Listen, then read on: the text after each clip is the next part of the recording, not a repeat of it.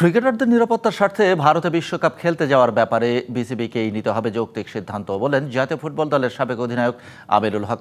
এই ক্রীড়াবিদ আবারও মনে করিয়ে দিলেন একজন মুস্তাফিজকে নিরাপত্তা দিতে ব্যর্থ ভারত কিভাবে বাংলাদেশ দলকে নিরাপত্তা দেবে আসন্ন বিশ্বকাপে।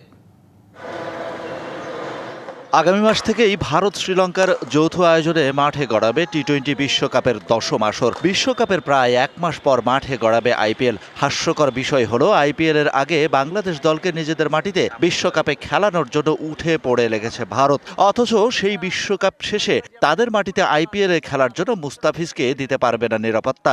ভারতীয়দের সেই হাস্যকর যুক্তির আবারও সমালোচনা করলেন আমিনুল হক।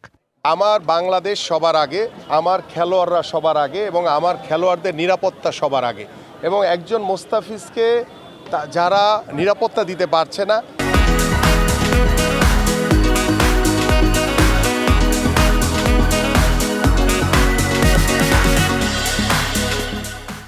সেই দেশে আমার বাংলাদেশের এত স্বনামধন্য আন্তর্জাতিক মানের খেলোয়াড় যাবে।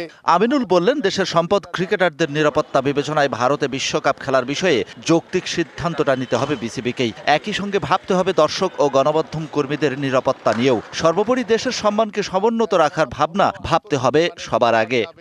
আমাদের ক্রীড়া সাংবাদিকরা যাবে, আমাদের দর্শকরা যাবে, তাদের নিরাপত্তা কে দিবে? সো আমার কাছে মনে হয় যে আমাদের নিরাপত্তা আগে, আমার দেশ আগে, এবং সেইটুকু নিশ্চিত করেই আমাদের পরবর্তী পদক্ষেপ আমাদের যারা ক্রিকেট বোর্ডের সাথে রয়েছেন, আমাদের সরকারের পর্যায়ে যারা রয়েছেন, তারাই এই বিষয়গুলো সিদ্ধান্ত নেবেন।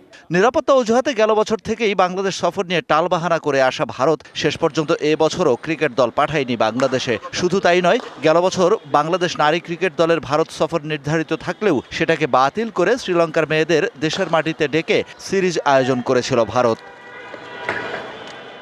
Shahan Papon, DBC news, Dhaka.